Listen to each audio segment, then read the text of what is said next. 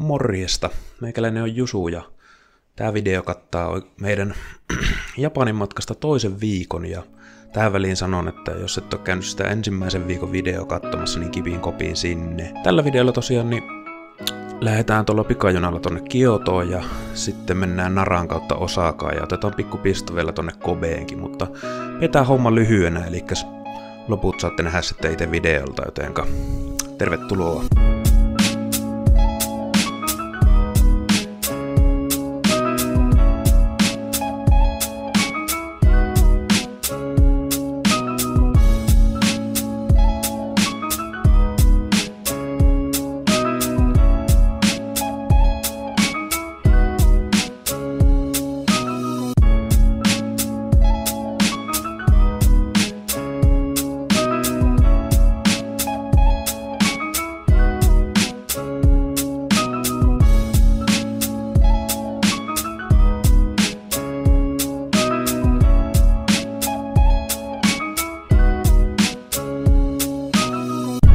Shinkansenillä mennään nyt Kiotoon ja tää on siis pikajuna ja tää kun lukee jotain 300 kilometriä tunnissa, tää matka on joku 460 kilsaa ja tää kestää 2 tuntia 20 minuuttia. Aika makea vehe kyllä kieltämättä tälleen aloittelevana insinöörinä voin sanoa, että aika vakuuttava. Mutta joo, katsottiin Mount Fijia tuossa äsken, mentiin se ohi. Ihan tarkoituksella otettiin nämä oikean puolen paikat tästä junasta, että nähdään ne. Ja seuraavaksi sitten vähän evästetään. Otettiin tämmöiset ekipenit, eli tämmöiset junassa syötävät lounasrasiat tosta, niin mäpäs esittelen nopeasti. Tämmöstä settiä löytyy ja Riku otti sitten tämmöset vähän lihaansa, mutta on sillä riisiä kuitenkin haluaa. Mutta joo, ei muuta. Niin, pakko vielä kyllä sanoa, että oli kyllä se kapsulihotelli niin kuin ihan tosiaankin vörttikokemus. Että varsinkin kun se oli semmonen vähän spessumpi se manga-kirjastosysteemi, niin oli kyllä tosi makea ja voin suositella Manga Art Hotellia kyllä, jos semmosesta on kiinnostunut. Ja toki vaikka ei olisikaan kiinnostunut, jos täällä matkaa, niin olisi se niinku semmonen kokemus itsessään. Ylipäätään noita kapsulihotelleja, niin suosittelen kyllä kokeilemaan, jos täällä päin sattuu olemaan. Ainut miinus niissä vaan on, että jos kumppanin kanssa matkustat, niin yleensä niissä on, tai yleensä kun aina niissä on niinku miesten ja naisten niinku dormi tai niinku osio erikseen, että et vois sitten olla muuten iso suositus. Nyt ollaan Kiotossa ja ollaan menossa Arashiyama Bamboo Forestia kattoo. Oli toi Kioton keskusjuna-asema kyllä niinku sokkeloisin tähän mennessä. Vittu, ei voi maksaa. Eikö mukaan voi maksaa? Ei vissiin. Huh? Ihmetellään tässä, kun ei voi vendiin maksaa tuolla suikakortilla. Jos ottais kylmät juomat tosta, vaikka on meille pokaaria mukana. Kokis voisi kyllä olla ihan jees. Mä otan kokiksen. Tulee hyvää vaihtorahaa, niin voi antaa temppeli tai pyhäkölle sitten. Mä otan 10. Mä otan kokiksen, niin mä saan 50. Ja mä laitan tän kanssa. Eiku... Pitäisikö mä ottaa toi pikkusempi? Tän kanssa, sä oot tän. Miksi? Tän takia kun tää on huono kolikko. Mä en halua sitä. Älä... Mä saan 50 tosta takaisin, kun mä laitan nää sinne. Ymmärrätkö? Kato, nyt tulee kyllä tätäkin. Nyt kuule.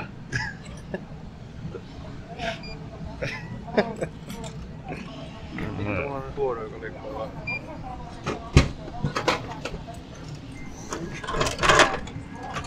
Oi vitsi miten pikkunen. Kato nyt. Tämä on erilainen 5G. Reikäkolikko, tää on ihan samanlainen. Ihan just oikeanlainen.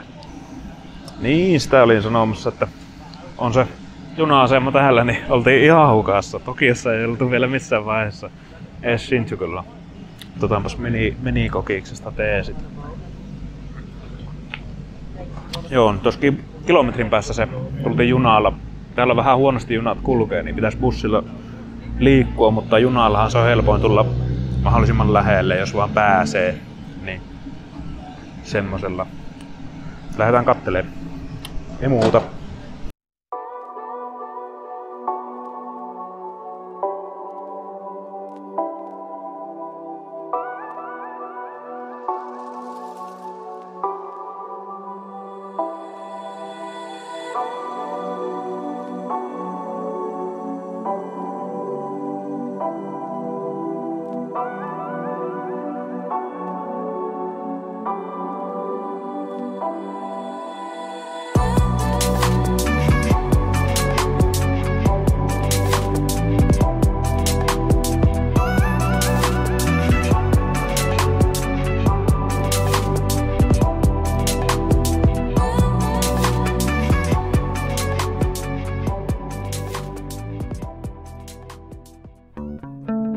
Tuon Arashiyama Bamboo Forestin jälkeen me suunnattiin sitten tänne Fushimi Inari Shrinelle ja se on tämmönen kettupyhäkkö nimensä mukaisesti. Ja se on tunnettu näistä tuhansista punaisista tori-gateista, eli näistä tämmöistä puuporteista. Ja meillä kävi tosiaan semmonen pieni sähläys tossa, että mentiin väärään junaan ja aika pitkällekin, niin vähän myöhästyi tonne saapuminen sitten tona iltana, niin päästiinkin sitten suunniteltua myöhemmin, olisiko ollut 9 ja 10 välillä, kun me oltiin tuolla lähössä tai perillä. Ja sitten ei ollut mikään tarkoitus mennä tonne niinku illalla tai pimeää aikaa, mutta vahingossa päädyttiin silleen. Mä oikeastaan vähän pelotti, kun mä oon Instagramista sun muualta nähnyt tuolta materiaalia, että toi olisi aivan täynnä turisteja. Ja tässä niinku alkuklipeissä näkyy, niin siellä on joitakin muita turisteja, mutta sitten myöhemmin, kun me kiivetään toi on semmonen vuori, niin tonne ylemmäksi ja pitemmälle, niin siellä saa olla tosi itekseen niinku oikeesti.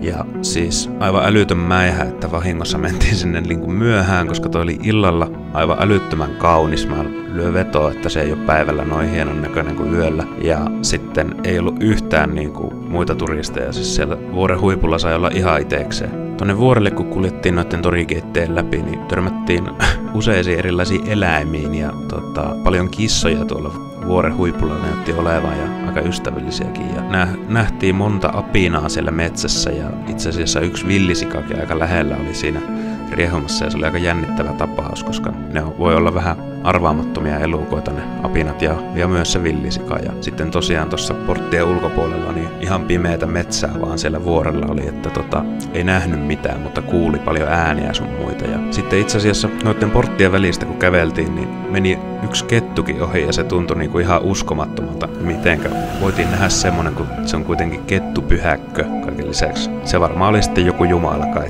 en tiedä. Mutta aika makea paikka. Uskomattoman kaunis kyllä.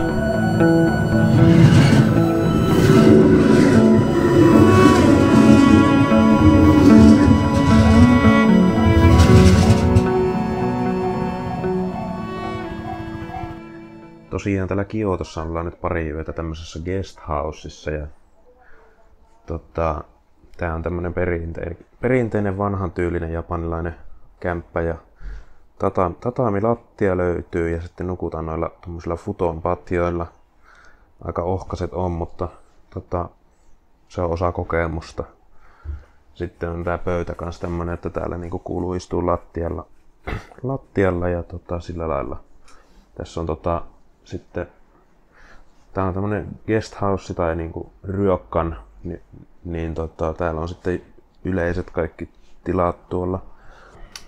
Kylvyssä oli pikkunen semmonen ammes siellä ja 3 suihkua ja käytiin just pesulla ja sitten yhteiset kaikki vessat sun muut ja vending machinekin oli tässä. Itse asiassa sit sai bissejä jopa. Mä ajattelin, että täällä Japanissa olisi saanut bissejä niinku vending machineista noilla kaduillakin, mutta ei niissä missään taida olla kuitenkaan. Mutta täällä oli. Tossa on ihan viereinen rakennus myös. kombini, niin taitaa lähteä hakemaan nyt aamupalaa sitten siitä ja lähtee sitten katselemaan, että mitä Kiotolla on meille tarjota. Ei muuta.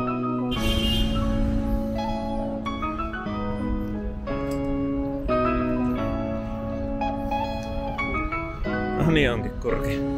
Tää niinku maali suuhun kai paskasta pinnalle. Tää suoraan siihen alapuolelle. Joo.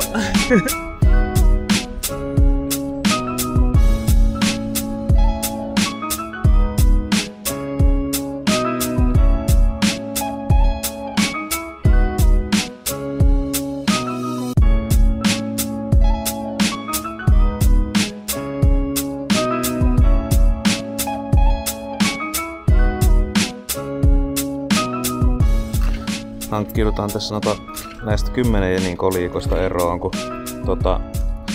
näitä ei voi noihin pyhäkköihinkään laittaa, koska täällä se sanana se 10, tai mä en tiedä onko se 1 ja 0, mutta jompikumpi tarkoittaa niinku huonoa onnea, niin nää ei oikein mihinkään täällä käy. Muut pikkukolikot pystyy hyvin hävittämään noihin pyhäkköihin. Niin mikäs se oli? Ai niin, 1 kolikko puuttuu vielä.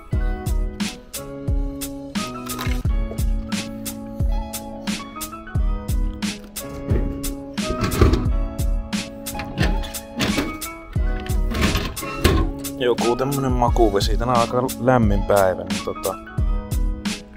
pitää juua kunnolla. Täällä on varmaan 30 astetta. Aurinko paistelee. On pari muutakin lähtenyt.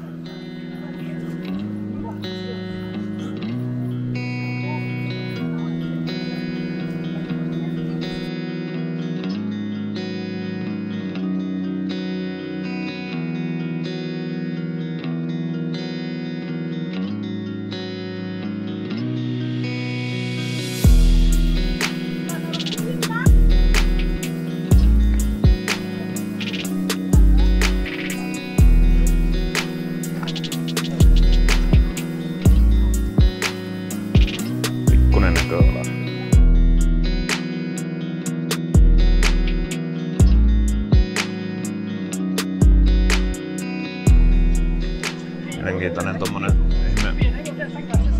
Mikähän sumu tossa lieneekään.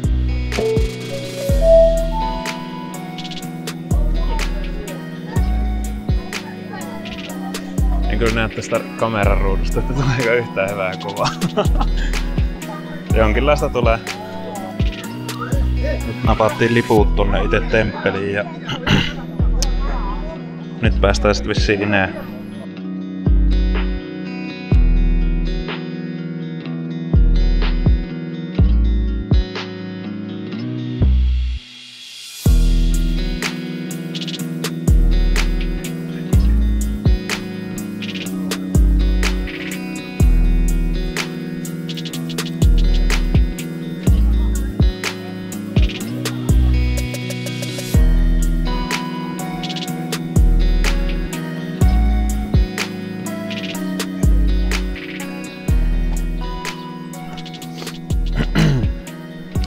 On kyllä ihan käsittämätön paikka tämäkin. Sitten seuraavaksi käyn kattoo, vitsi mä en muista näiden temppeleiden nimiä, mutta tässä lähellä toinen ja sillä lailla. Ja oli kyllä vörtti, että eilen käytiin siellä Arashiyama Bamboo Forestissa ja siellä Fushimi-Inari-Shrinella, kun ne oli semmoiset must-paikat oikeastaan tässä meillä, niin tänään ei sitten, meillä on tänään niin kuin ainut kokonainen päivä täällä. Huomenna täytyy aikaisin lähteä pois. Niin keretään näkee vaikka mitä. Oli ihan vörtti täklätä eilen ne 2 isoa paikkaa, vaikka ne on ihan eri puolilla kaupunkia, niin semmoista.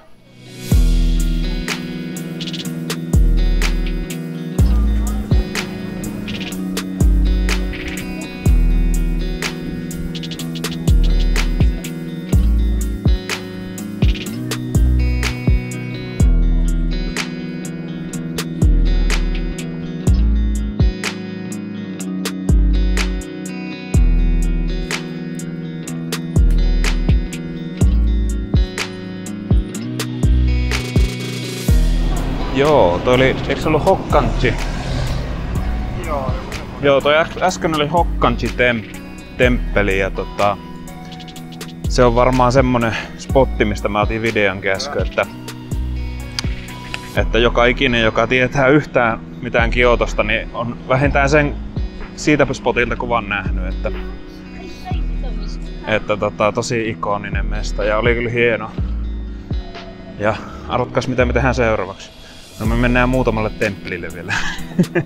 Mitäs muutakaan tässä. Katsotaan missä vaiheessa sitten jotain safkahommia vois kehitellä, niin semmosia sitten näiden seuraavien temppeleiden jälkeen. Joo. Peace out.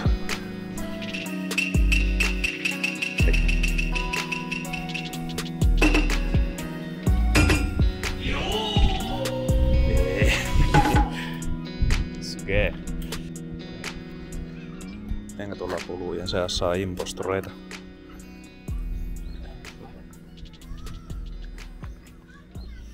Tää on kyllä crazy, että näitä kaloja on täällä.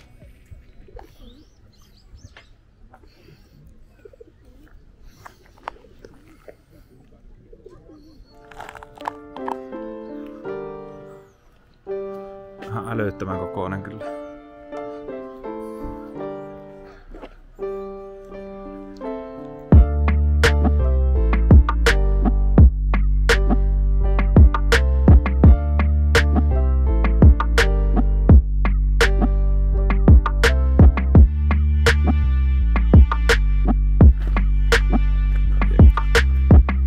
Näyttää kyllä ihan mustalta. Tää on linssi pois.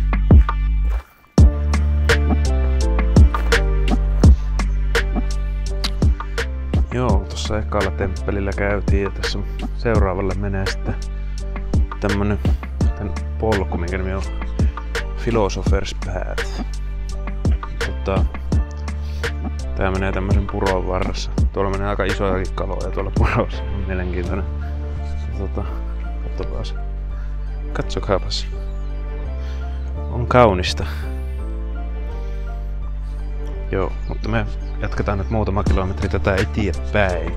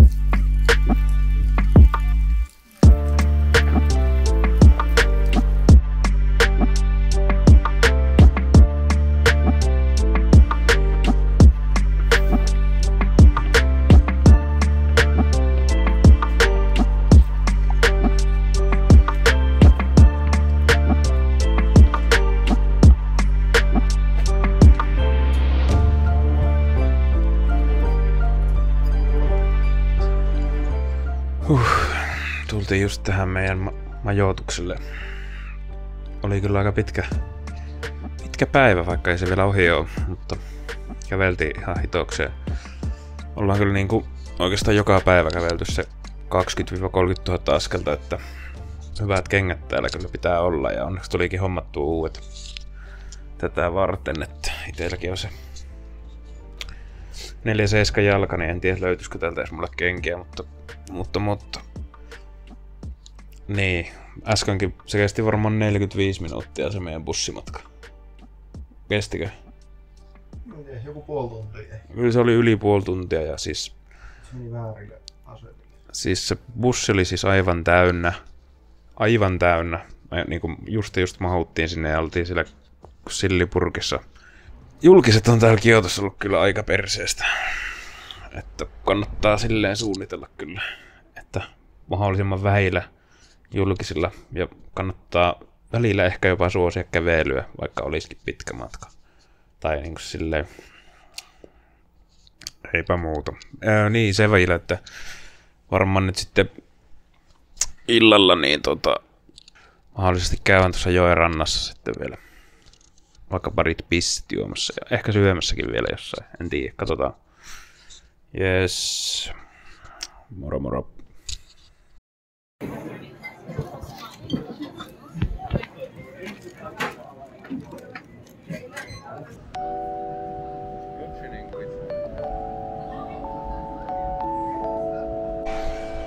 Joo, eli Kioto jää sitten taakse ja nyt lähdettiin taas tien päälle.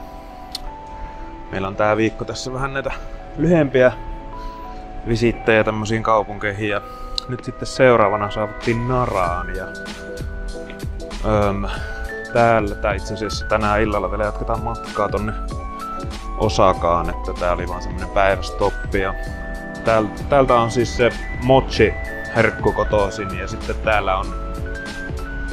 täällä on myös eläimiä, näette kohta, että mitä oikeastaan, mutta vähän sateinen keli. Toivottavasti ei haittaa menoa, mutta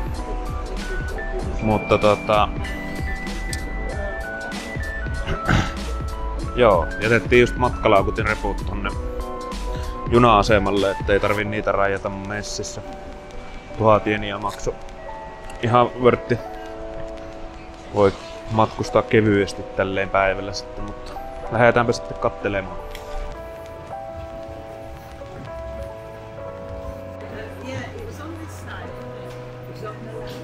Japanilaiset kyllä rakastaa tän tyyppisiä kauppakeskuksia. En tiedä mikä juttu näissä. Joo, käytiin tuossa Most Famous mochi tekopaikassa. Ne ei vielä itse asiassa aloittanut sitä tekemistä, mutta en tiedä odotetaanko, että päästäisiin näkemään. Siinä oli hirveä jono, niin en kuvannut mitään, mutta tässä olisi nyt kuuluisa mochi. Laitetaan testiin. Tosi erikoinen. Mitä tää on tässä päällä? Maistuu jotain pähkinäjauholta. Niin, joku pähkinäinen on tää, mitä tässä on tässä päällä. Mut sit tää on makee tää ite mochi. Oliko täällä sisälläkin vielä jotakin? Joo, taisi olla. Täällä on sitä Red bean pastea. Red bean pastea on täällä sisässä. Tää on mun mielestä tosi hyvä. Ihan fresh.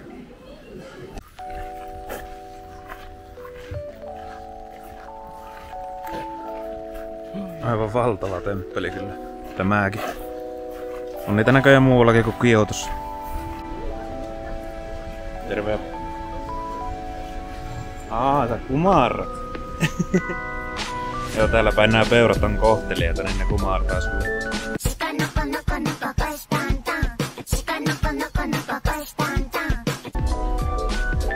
Näitä on täällä niinku ihan kaduilla vaan. Niin kuin näette, että tossa on niinku autotie vieressä. Ihan joka paikka täynnä. Tää on ihan tosi crazy. Terve.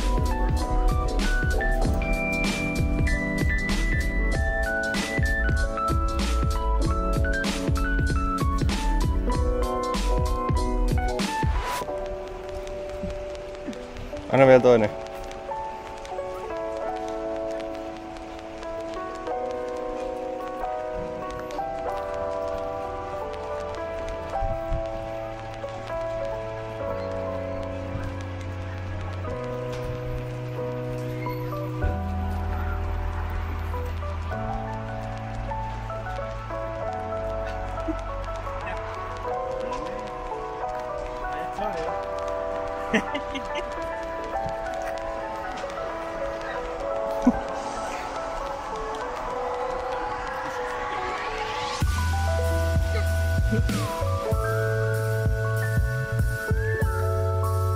Nyt takanakin on yksi.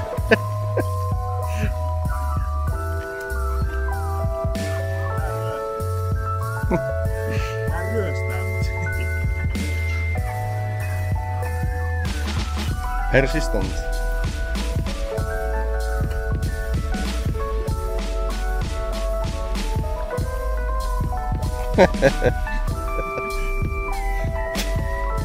Se nuoli vettä. Joo.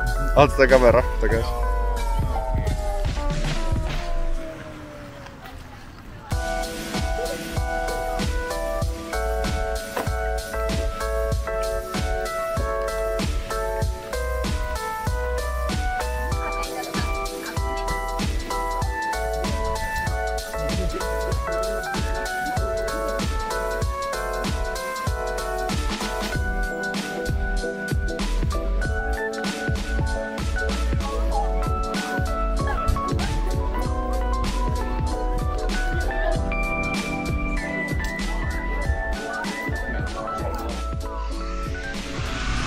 Alkuun noi peurat kyllä oli melko kesyjä ja silleen ja katsoin, että ne osaa kumartaa sun muuta.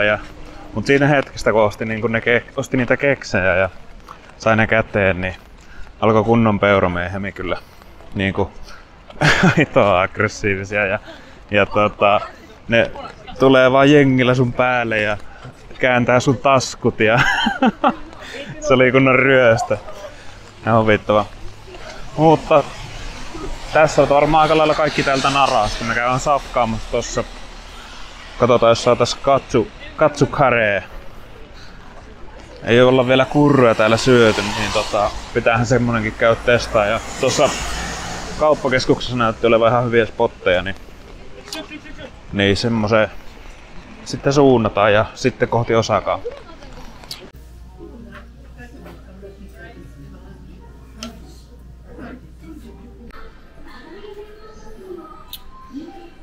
Joo, sitten otetaan bagit ja Nara oli kyllä ihan vörtti. Jos meinaa käy Kiotossa ja Osakassa, niin tää on tässä välillä. Kannattaa pysähtyä. Kengät pitää kyllä pestä tän jälkeen. On nimittäin vähän peuran kakassa. Varsinkin kun tuolla satoo ulkona, niin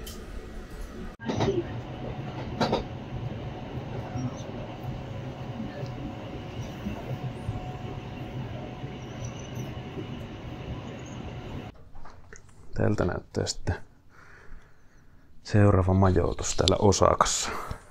Meillä on tämmönen, pistetään tästä ovi kiinni, niin tämmönen oma huone, mutta tää on silti kapsulihotelli, eli mulla on alapunkka ja tuossa viereisessä huoneessa niin siinä on sitten yläpunkka, mihin kuljetaan tästä toiselta puolelta. Ja tässä on pieni kirjoituspöytä, sitten kaappi, minkä saa lukkoon, koska tämän huoneen ove ei saa lukkoon. Ja täällä on sitten ihan tämmönen kunnon kapseli täällä alakerrassa. Telkkari löytyy ja katsoin, niin täällä on tämmönen kunnon kokpitti, mistä pystyy säätelemään vaikka mitä ja kuulokkeet ja on jonkinlainen äänentoistokin. Mutta joo, tosiaan niin Osakassa ollaan nyt 3 yötä ja me ollaan 3 yötä täällä. Näissä kapsulihotelleissa on vaan se huono, kun on peräkkäisiä yötä, niin yleensä pitää joka päivä niin tehdä check-in ja check-out, koska nämä on suunniteltu niin yhden illan niin visiitille. Mutta se ei ole ongelma, me jätettiin isot matkalaukut tonne juna-asemalle, vaikka ne olisi kyllä vissiin tännekin saanut. Joo, Osaka.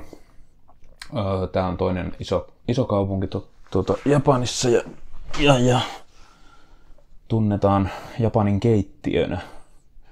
Eli ruoka täällä on niinku ihan top tieria, street foodia ja sun muuta. Ja Osakan ihmiset tunnetaan myös tosi ystävällisinä persoonina. Se on yksi, mikä ihan oikeastaan niinku huomasikin jo tuolla kun käveltiin, niin verrattuna vaikka Tokioon. Mutta ihan jees mesta, tää on niinku ihan tosi vimmoisen päälle. Ja siis tämä kapsulihotelli on siis samaan aikaan kylpylä ja saunapaikka. Täällä on kunnon spa tuolla yläkerroksessa, niin lähdetään varmaan kylpyyn ja sitten illalla katteleen noita Osakan katuja. Tää on ihan tässä keskustassa, missä on toi kuuluisa Dotonbori kävelykatu. Niin, tää on tossa yhden korttelin päässä. Et joo.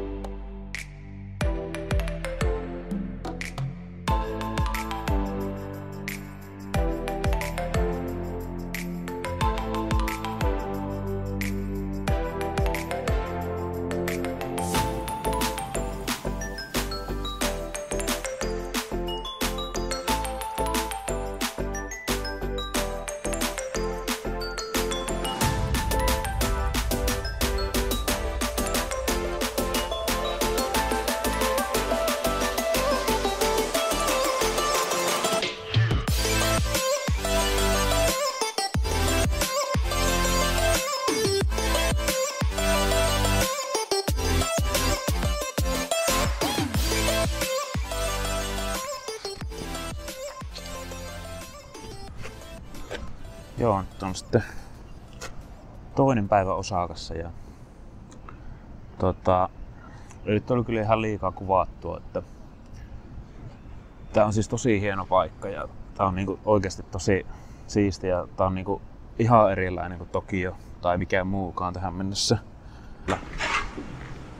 Oi, mua pelottaa, että joku ajaa mun kamera yli. Ootapas.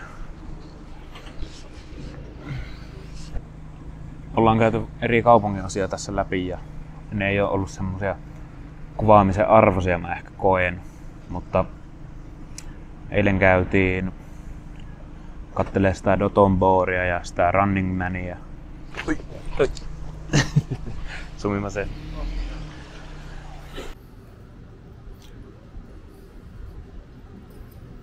Tässä on kyllä jotakin.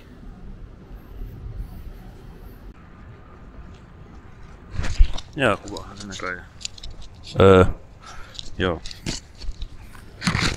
Otetaan uusi yritys, kun äsken meni vituiksi, niin silleen, mutta ollaan nyt pyöritty täällä eri kaupungin osissa ja katteltu paikkoja, mutta ei ole sinänsä ollut mitään kuvauksen arvosta, että käytiin siellä Denden Townissa, mikä on vähän sama asia kuin Tokion Akihabara tänään ja sitten Amerikan Murassa, mikä on semmonen hip-hop-tyylinen kaupunginosa ehkä enemmänkin. Oli ihan makea.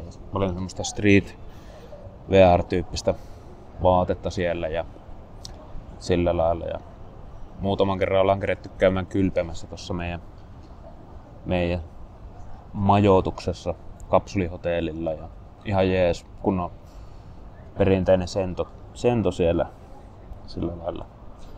Eilen illalla käytiin semmosessa retro arcade baarissa, mikä nimi on mikäs se onkaan? Space Station. Se on ihan tossa meidän majoituksen vieressä. Oikeastaan siis täällä Osakassa meillä on niinku ihan keskellä tätä koko mestaa toi meidän kämppää, että alle 2 kilsaa kävelee joka paikkaan täällä. Ihan niinku tosi jees. Mutta käytiin sen Space Stationissa, siellä on niinku retrokonsoleita. Se on tosi pieni baari, intiimi. Sitten siellä on niinku, varmaan joku 10 eri konsolia ja niinku tuhansia eri pelejä, mitä saa pelailla. Pelattiin vähän kaikenlaista Street Fighteria ja Mortal Kombatia ja Mario Karttia ja nyt Riku soittaakin mulle otoksi. Ja laitan mun osoitteen sille. Noin. Niin, siis superhieno paikka. Käytiin just äsken syömässä, mikähän se paikan nimi oli, semmonen niinku isekai-tyylinen. Jos mä katon sen osoitteen nopeasti, se oli toi. Käytiin siis semmosessa kanapaikassa, mikä on vähän sama idea kuin siellä Liukuhiina susipaikassa, että sä tilaat tabletilta. Se on kettyravintola, niitä on ihan ympäri Japania ja meet pöytään ja tilaat tabletilta kaikkea kaljaa ja highballia ja ruokaa ja siinä on kyllä helppo syödä silmillä, että siis tilattiin aivan järkyttävät määrät sitä ruokaa ja litran tuopeissa tuli sitten kaljat ja highballit ja olisiko ollut tuopilla hintaa 2,20 €, niin en pitäisi ollenkaan huonona. Mutta joo, en osaa sanoa kuvaanko enää Osakasta hirveästi mitään vai fiilistelenkö vaan tätä paikkaa ihan ilman kameraa, että katsellaan myöhemmin sitten kuitenkin.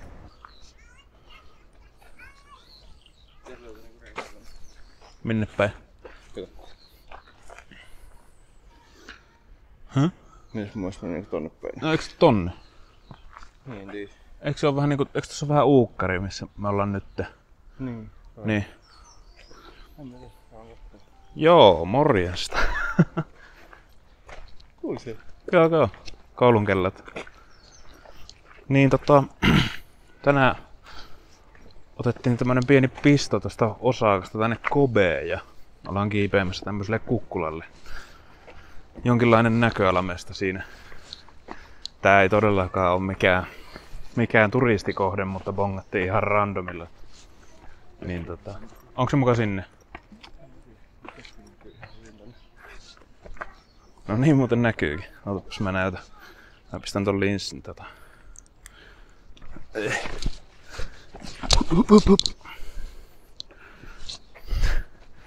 Aika paljon, aika jyrkästi ollaan jo kiivetty tähän mennessä. Bussilla tultiin mahdollisimman lähelle. Ja tuolla näkyy niinku merikin sitten takana. Mutta joo, tämmönen nopea... No niin, tonne lähtee polku. Nopea tämmönen maisemamesta käydään kattoo ja sitten ehkä käydään syömässä sitä Kobe-härkää tai Kobe-beefiä, mikä on tässä kaupungissa niinku jalostettua sitä Wagyu-rotua, mikä on niinku ihan vissiin best of the best. Toivottavasti ainakin käydään sitä syömässä. Mut joo, ei muuta. Huhhuh. On kyllä nousua, mutta ihan nättiä täällä on.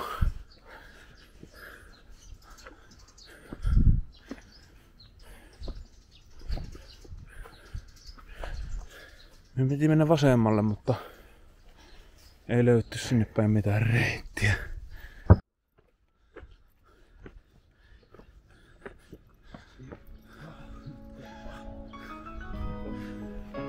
Joo. Tästähän me päästään. Joo, otetaan pikku breikki. Oli muuten melkoinen kiipuminen tänne. Huhhuh. Vielä ihan... Olenkohan täällä lämmintä, melkein 30 varmaan. Jep.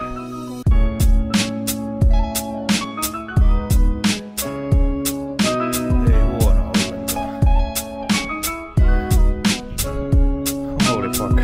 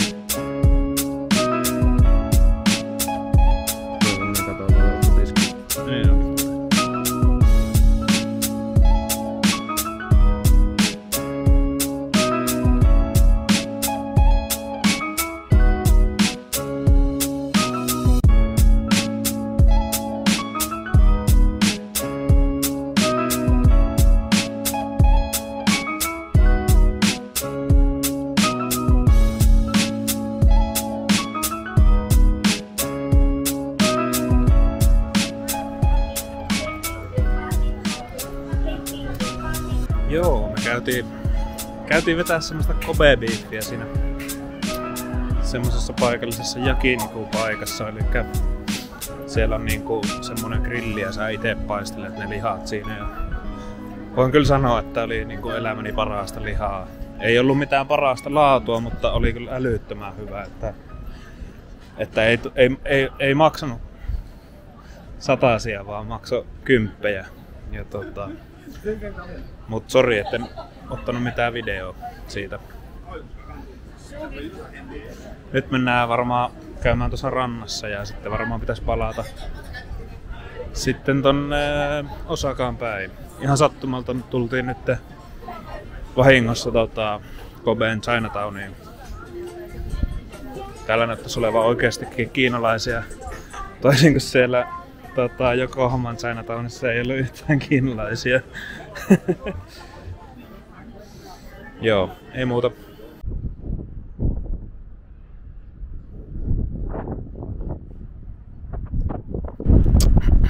Joo, tultiin vielä tähän satamaan jälkkärille sitten. Otin tämmösen pussissa olevan jätskin. Tää on niinku tämmöstä pehmistyylistä. Ihan hyvä. Sitten otettiin kyllä Strong Zerotkin tosta. Yhdet vielä. Mutta tää Kobe-reissu oli varmaan sitten tässä. Palataan Osakaan ja ehkä käydään Shinshikai nimisessä kaupunginosassa vielä tänä iltana kattelemassa.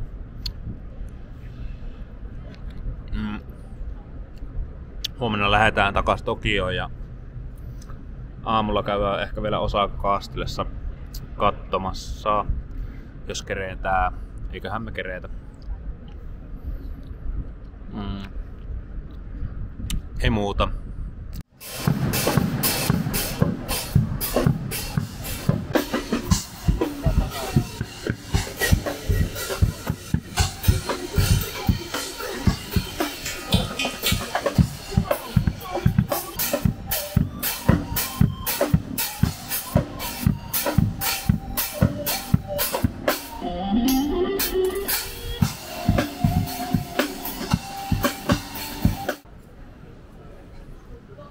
Pitäisikö mennä tonne?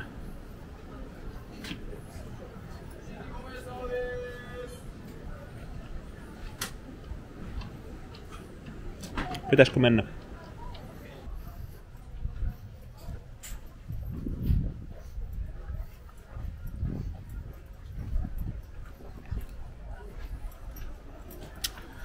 Joo, päädyttiin sitten käymään tuolla Okonomiakin paikassa ja ei tosiaan odotettu, että pitää itse kokata ruoka ja oikeastaan kaikki palvelukin siinä ravintolassa oli sitten ihan self-service, että oltiin kyllä tosi hukassa siinä, kun ei ollut mitään hajua, miten toi ruoka laitetaan oikeesti.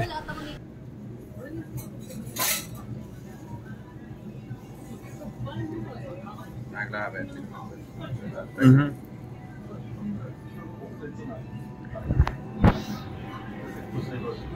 Juu, ei me tässä kun alettiin itse kokkaamaan tätä safkaa, niin Sitten se tarjoilija tuli näyttämään, kun me tehtiin tää ihan päin persettä äsken. Ruoka oli kyllä siis todella hyvää, mutta oli vähän kiusallista ehkä kun tehtiin se ensiksi vähän väärin ja sitten jouduttiin kysyä neuvoa ja meille ei tuotu lautasia pöytään tai mitään tällaista, mutta siis ihan älyttömän hyvä safka oli. Jep.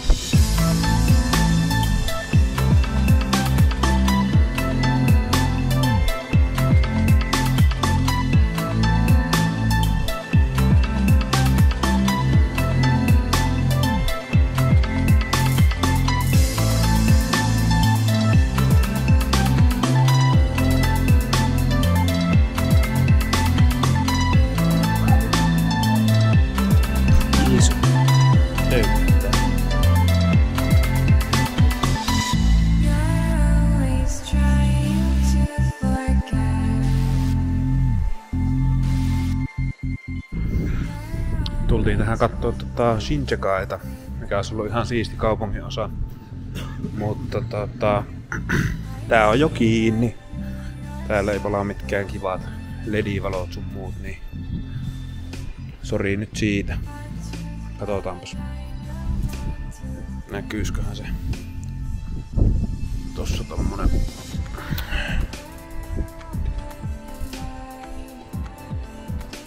Ei tossa. Tää ilmeisesti on vähän niinku jonkinlainen sorti futuristinen kopio Eiffel-tornista. Mutta siinä nyt ei palaa mitkään kivat valot, niin ei voi mitään.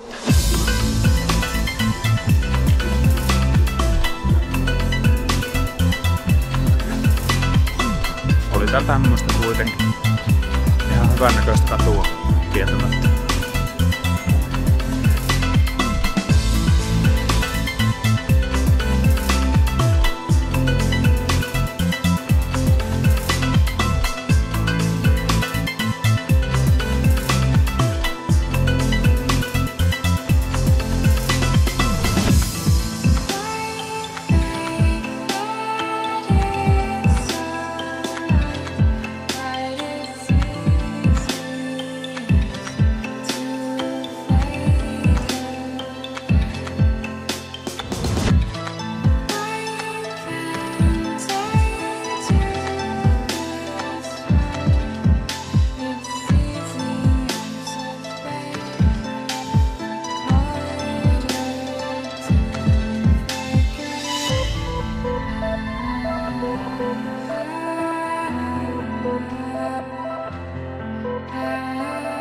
Ja näin sai päätöksensä meidän maan sisäinen matkailu ja tästä palattiinkin sitten Tokioon. Mulla on tarkoituksena tehdä vielä viimeiseltä eli 3. viikolta niin kuin yksi video sitten, mitä touhuiltiin sitten silloin ja se tulee varmaan sanotaan 2-4 viikon päästä tämän videon julkaisusta. En lupaa mitään, mutta joo, ihan mahtava juttu, jos jaksat katsoa videon tänne asti ja kerro ihmeessä, mitä tykkäsit tuolla kommenteissa ja jätä tykkäys videolle ja jos et nyt vielä ole, niin tilaa kanava. Selvä, ei mulla muuta, mutta jes, moro!